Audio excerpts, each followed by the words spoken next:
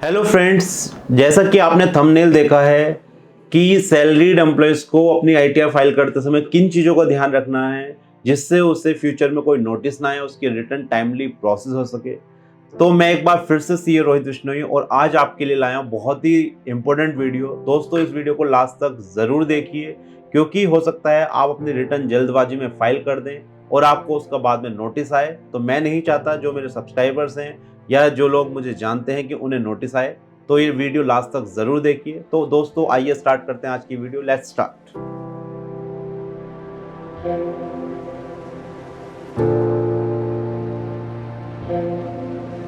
दोस्तों, जो salaried employees होते हैं वो अपनी रिटर्न फाइल कर देते हैं फॉर्म 16 के बेस पर और काफ़ी चीज़ों को वो इग्नोर कर देते हैं और उस इग्नोरेंस के चक्कर में उनके पास आ जाता है नोटिस। तो बेसिकली इस वीडियो का जो मेन पर्पस है वो ये है, जो सैलरीड एम्प्लॉयज़ अपनी रिटर्न अपने आप फाइल करते हैं या जब कंसल्टेंट के थ्रू कराते हैं, वो किन चीज़ों का उन्हें ध्यान रखना है जिससे उनके पास कोई भी नोटिस ना आए। तो दोस्तों देखिए, दो चीज़ें हैं। एक तो आपकी हो गई इनकम अदर देन सैलरी, इससे हम डिस्कस करेंगे बाद में क्या चीज़ है। दूसरा हो गया आपका फॉर्म 16।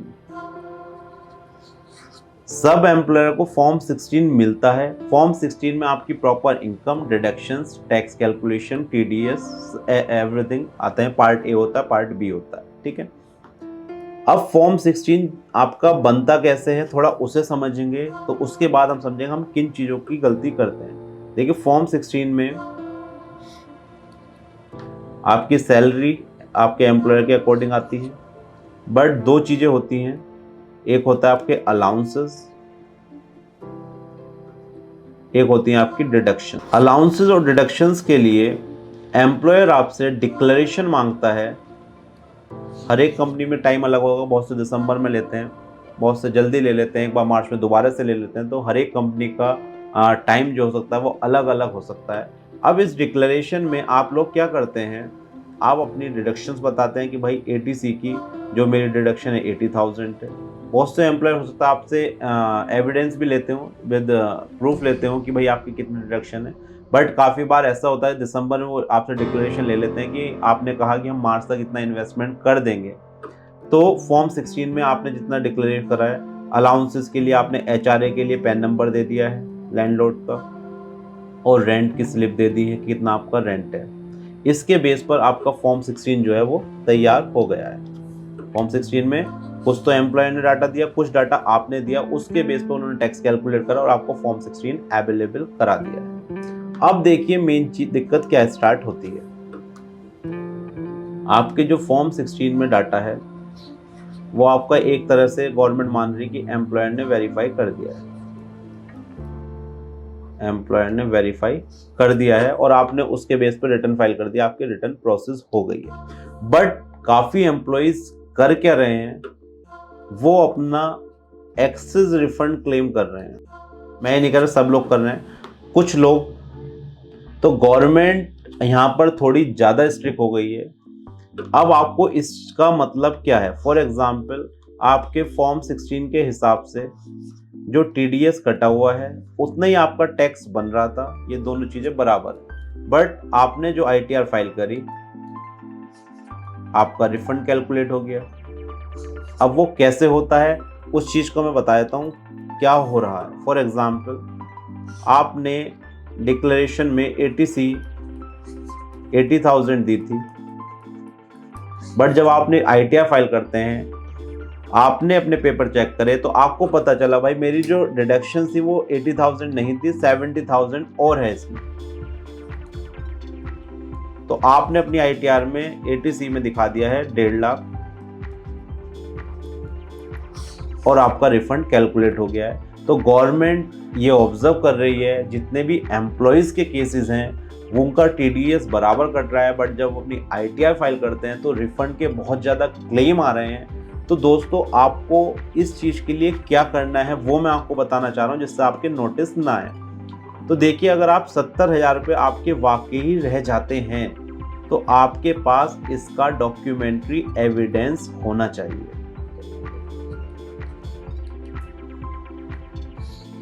क्यों होना चाहिए? एक्चुअली लास्ट ईयर भी हमने कुछ लोगों के रिफंड फाइल करे थे, तो गवर्नमेंट ने ई प्रोसीडिंग एक टैब आता है उसमें इनकम टैक्स पोर्टल पर, वहाँ पर इंक्वायरी के लिए एक क्वेश्चन रेज कर दिया था कि जो आपने रिफंड क्लेम करा है क्या वो वाकई में सही है?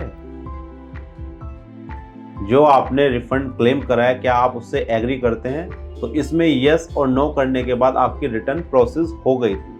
बट इस बार उम्मीद ये जताई जा रही है, ये एक एक्सपेक्टेशन है, I am not 100% sure, but आपकी सेफ्टी के लिए मैं आपको बता रहा हूँ, आप इस तरह की गलती ना करें।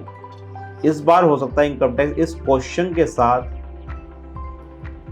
एक ऑप्शन और दे दे जहां पर आपको अपने डॉक्यूमेंट्स अपलोड करने पड़े। तो अगर आपने ये गलत क्लेम कर लिया है, जो 70,000 रुपये आपने क्लेम करे हैं, इसका आपके पास कोई डॉक्यूमेंट्री एविडेंस नहीं होगा, तो आपके पास नोटिस आ सकता है, इंटरेस्ट लग सकता है, गलत रिटर्न करने के चक्कर में पेनल्टी लग सकती है। तो इस तरह की गलती अब बिल्कुल भी ना करें। दूसरी क्या प्रॉब्लम हो रही है, आप HRA क्लेम करते हैं। HRA क्लेम करने के लिए अब लोग क्या है, अपना पैन नंबर देते हैं और रेंट की स्लिप देते हैं, और ये पैन नंबर मोस्टली या आपके रिलेटिव का होता है, फादर मदर या जो भी आपके रिलेटिव फ्रेंड्स उनका होता है, और आप इसमें रेंट शो कर देते हैं। अब इसमें मेन प्रॉब्लम क्या आ रही है, काफ़ी बार ऐसा हम देखते हैं अपने क्लाइंट्स को पैन नंबर देते हैं, उनका घर ही नहीं होता, दे डोंट हैव हाउस, और आपने उनका पैन नंबर दे दिया है। दूसरी दिक्कत क्या आती है, फॉर एग्ज़ाम्पल उनका घर होता है और आपने रेंट दिखाया उनका 40,000 रुपीज़, 4,80,000 ईयरली, प्लस उनकी और भी इनकम है, तो इसके हिसाब से उन्हें रिटर्न फाइल करने की लायबिलिटी आ जाती है। बट उन लोगों को पता ही नहीं होता कि हमें रिटर्न फाइल करनी है नहीं करनी, क्योंकि जो लैंडलॉर्ड होते हैं, जो बाहर रहते हैं, वो अपने एम्प्लॉयर से उनका पैन नंबर ले लेते हैं, अपने ऑफिस में सबमिट कर देते हैं, और ये वाला जो रेंट है ये लैंडलॉर्ड की AIS में शो होता है, लैंडलॉर्ड के AIS में एनुअल इंफॉर्मेशन सिस्टम में शो होता है। अगर ये रिटर्न फाइल नहीं करेंगे तो आपके लैंडलॉर्ड को भी नोटिस आ सकता है। तो दोस्तों, आपको पैन नंबर देते समय ध्यान रखना है कि अपने लैंडलॉर्ड की ITR फाइल कराएं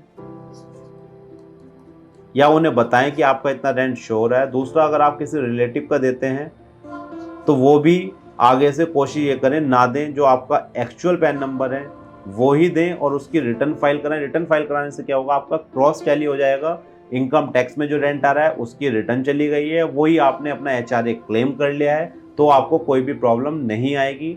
अभी तक गवर्नमेंट वेरीफाई नहीं कर रही थी, बट रिफंड के केसेस बढ़ने की वजह से गवर्नमेंट इन चीज़ों पर भी आगे नोटिस ज़रूर देगी, तो आपको नोटिस का सामना ना करना पड़े, तो इन चीज़ों का भी बहुत ध्यान रखें।